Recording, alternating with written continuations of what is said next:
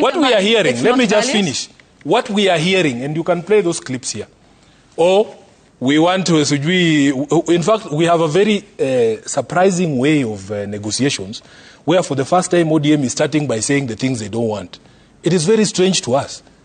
I am yet to grasp this negotiation skill where you start by saying, Yvonne, I don't want presidency, and I don't want deputy presidency. So we are being, increasingly, when you listen, it is just about positions. It is about roads. It's about markets.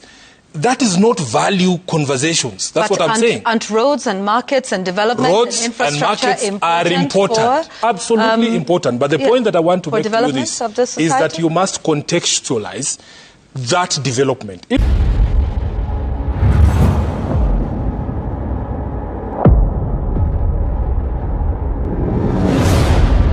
Welcome back, ladies and gentlemen, and thank you very much, guys, for your greatest support. Now, fellow Kenyans, sometimes it's normally a little bit complicated whenever you listen to mostly these interviews that are being done live on Citizen on TV.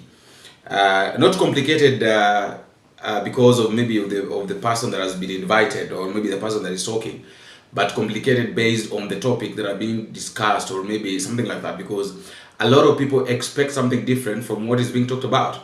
Now, I'm bringing this issue because of the yesternight's explainer with Yvonne Okwara together with Edwin Sifuna, that is the SG of ODM. There are several things that they talked about, and of course, if at all you missed the conversation, I've just picked a few areas that I really feel like we need to listen to re-listen to. The things that Sifuna was talking about, you know, the question that he was being asked and how he was responding. I really felt like, you know, sometimes I normally feel like, it is not in a bad way, but Sifuna is a guy who listens, a guy who knows how to handle things, handle pressure, based on what has been going on, or based on what he has been going through, or since based on what he is going through since Raila died. Sifuna has been going through a lot, especially as far as ODM is concerned. Edwin Sifuna has not been given that peace, has never been given that peace, you know, peace of mind. Everybody is against him, you know, Sifuna lazima ende, Sifuna lazima, Sifuna this. So it's normally like Sifuna this, kama ataki kukaa ende and all that. And he has made it clear. He said that he's not like he's going to die to become as the SG of ODM. If those guys really think that, you know, it's the best thing to do, that maybe they want to bring somebody in as the SG of ODM, fine, he will accept. So if they go to the NDC, and furthermore, he's saying that the leaders that are there are interim leaders. They've not been properly given those positions. The party leader and all those officials, they're interim until now. They'll go to for the NDC, and now the party itself will accept that. Okay, we'll announce them. But until then, because there is no way they've signed that, there's no way Rudinga signed that is the party leader. There's no way Gladys Wanga signed that. All those issues are arising. But we really need to find ways of solving them. So I don't want to talk too much, but I want to give you a chance to listen to this from the beginning up to the end. And then after listening to it, it is good to also tell me what you think at the comment section of Kenyans, because it's very much important.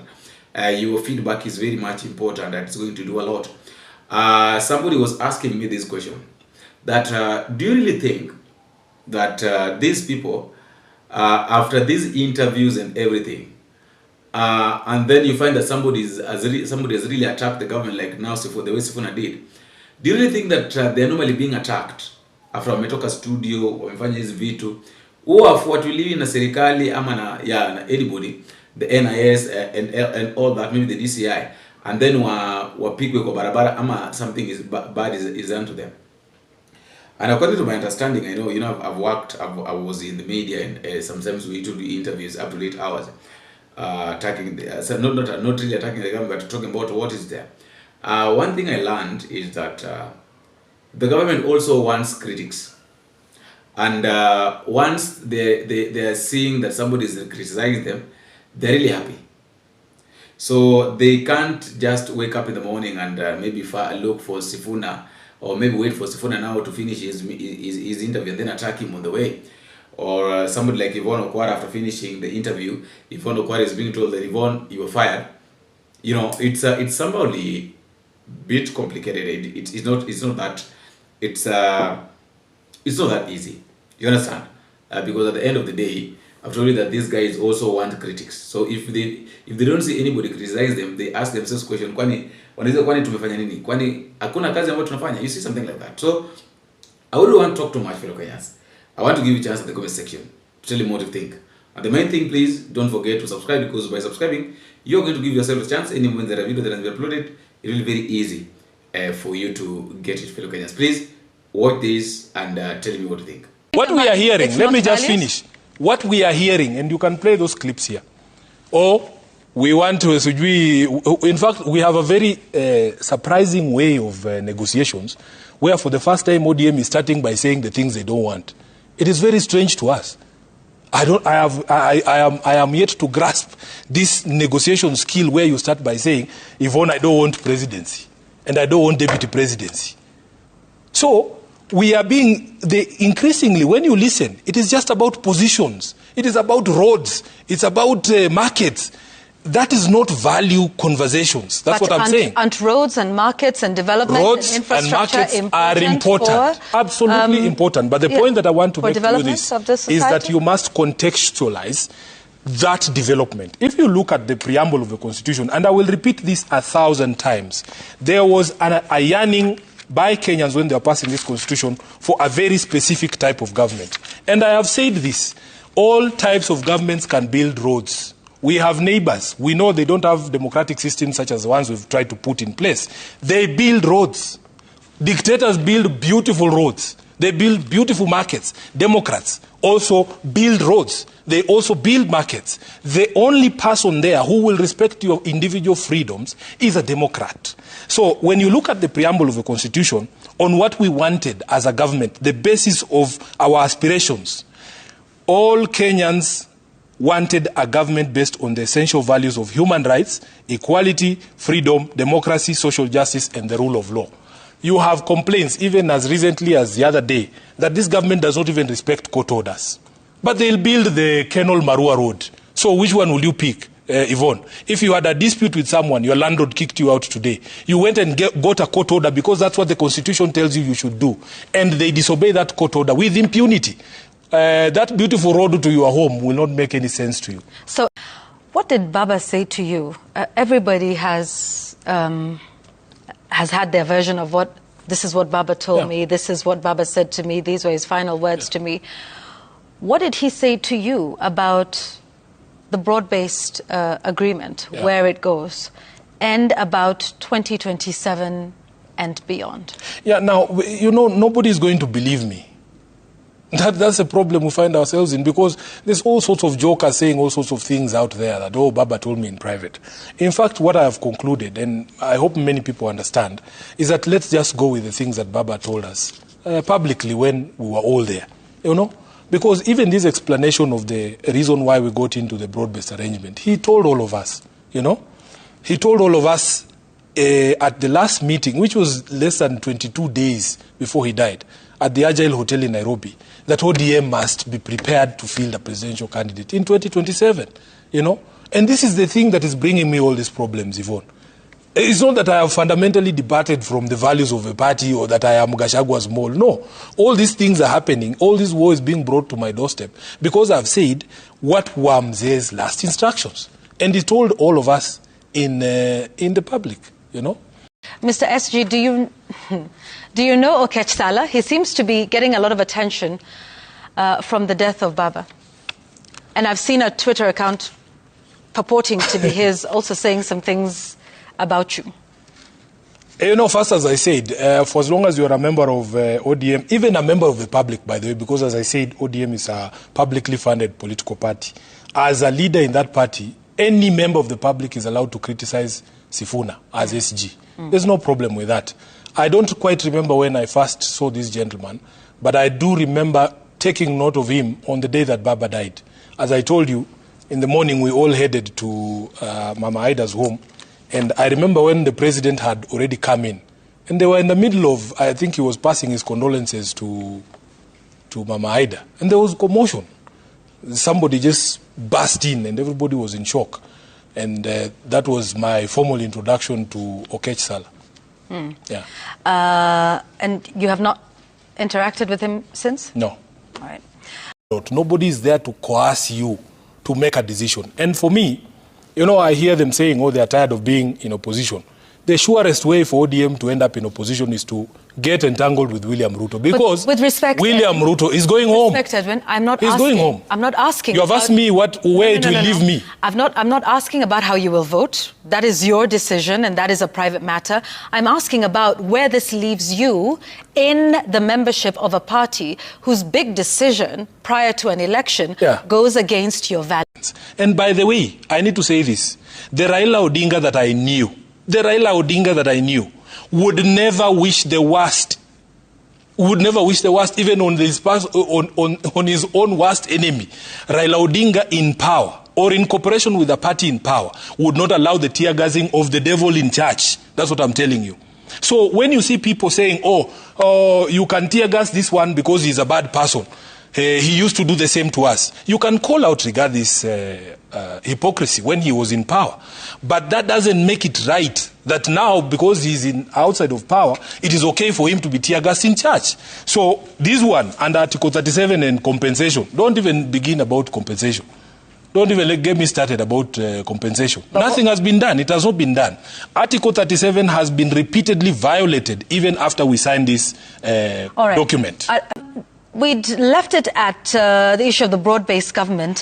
Where do you stand on this broad-based arrangement as of today? We spoke about this, but that was in July.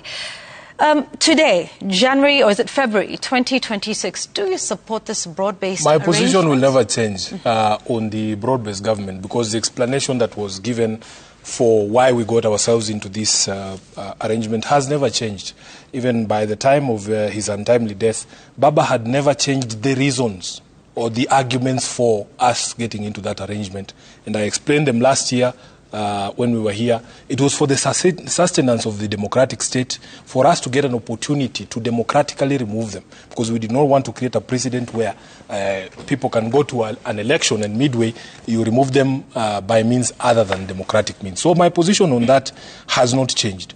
And people have given me a lot of grief about it. But if we just go back, if we go back to the reasons why we got ourselves into this, we can actually retrace our steps. I hear people on podium saying, oh, we sat and we negotiated and this is what we agreed upon. This was a process that was forced. It was out of duress, out of the desire for us to stabilize a country that was quickly running out of options. And many people forget that in fact, the architecture of this so-called broad-based government is not what we initially intended. And these are things that Mzee spoke to about openly. In fact, the initial idea was to put together a framework. You remember when he used to talk about even having a convention or something of the sort for us to have a conversation about whether indeed the country will... Yes, those things are historical and they're there. Yeah. Yes, so that people should not misrepresent why we got ourselves into this agreement or this arrangement. So your stand remains? My stand remains the same. You do not support Absolutely, this I do not. I do not, because it is being misrepresented for what it was. We must go back to the original idea or the original reason for us getting ourselves into this particular arrangement. What we are hearing, let me just finish. What we are hearing, and you can play those clips here. Or we want to, in fact, we have a very surprising way of negotiations, where for the first time ODM is starting by saying the things they don't want. It is very strange to us.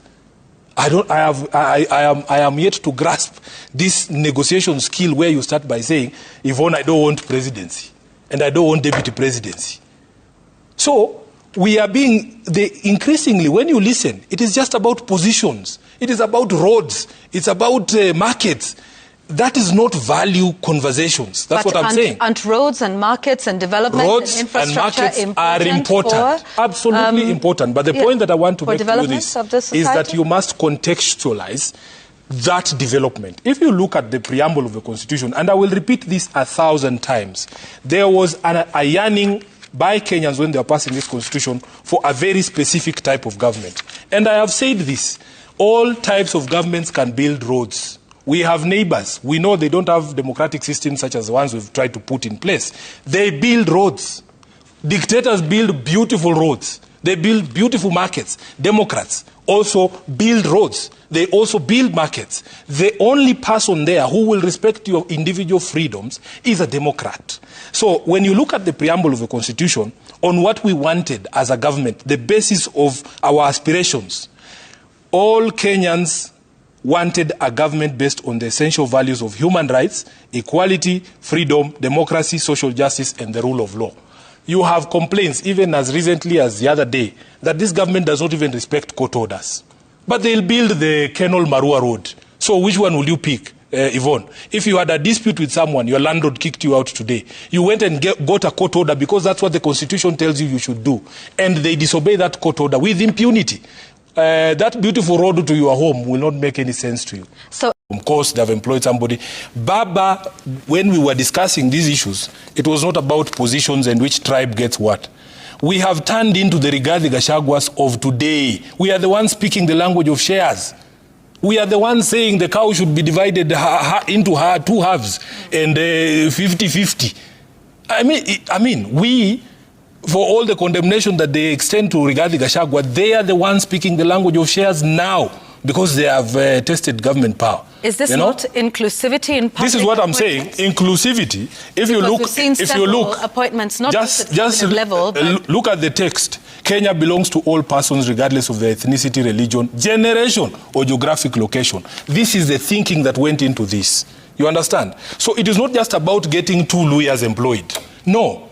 It is not just about even religious and even geographical discrimination. These are things that you have to look at. And you think that's not been done? Well, you can say the inclusion of a few people who would never have got an opportunity in any government is positive, but that one will give them 20% out of 100. Protecting and strengthening devolution. You know, even for us as ODM, other party leaders have also said mandamano hamtarudi tena. This is the point, because those are not our only choices. Opposition is not synonymous with mandamano. There are other ways to hold the government account, and nobody is saying if you leave the broad-based government you go to the streets. Who has told you that? Nobody has said any of that. You have to have a reason, an excuse for you to be on the streets. When we went to the streets in 2023 with Baba, and by the way, many of these people who are speaking here, I never saw them in the streets with Raila. But these days, they are the experts on how mandamano is a bad thing or a good thing. They were not there, and everybody knows this. Now, there were reasons, including cost of living. The cost of living was so high that we had to go to the streets putting sufurias on our heads to demonstrate that we need food for our people. You know, when we were talking about audit of the 2022 elections, that is a reason, a valid reason for you to be able to go on the streets. And we didn't start on the streets, Yvonne. I remember we did a rally at Jivanji here. And we set out all these conditions and we say, please, we are giving government opportunity to address these issues. We even suggested how some of those issues could be addressed. When they are ignored, you move to this public action, which includes the rights under Article 37. Since this document was signed with UDA committing to respect the right under Article 37, how many peaceful protests have you seen being broken up violently and brutally? Many, they are countless, including now we are at a situation where they even tear gas churches, people who rode on the church to gain access to power. These days, they don't even respect our freedom of worship, that I'm not safe in church. And many people don't know that it is not just a specific leader. I know they talk about Gachagua of political parties. Even this question of funding of political parties, I can state authoritatively here that the money and the resources you see being spent in those ODM rallies, the so-called underground, those monies are not coming from ODM headquarters. Where are they coming from? You will ask them. Because for me, this is what I'm telling you. This is what I'm telling you. I can only account for monies that, because I'm a signatory to the bank accounts, forget this rubbish you hear people saying here. Timothy Bosire, the treasurer, is a signatory to the bank accounts. The last money we expended as ODM officially was for the celebrations in Mombasa, and it was a fraction of what we saw there. So I am telling you, I know for a fact, there is parallel funding for activities clothed in ODM colors. and they go around running around saying they are ODM delegates. So this is the problem that we have. Just one moment. Yes. So we can go step by step. So what you're saying is the Linda Ground those rallies are not financed from party headquarters or party coffers. That including what we have seen in terms of gaining, public support or sentiment for the pre-election coalition pact, which we will talk about.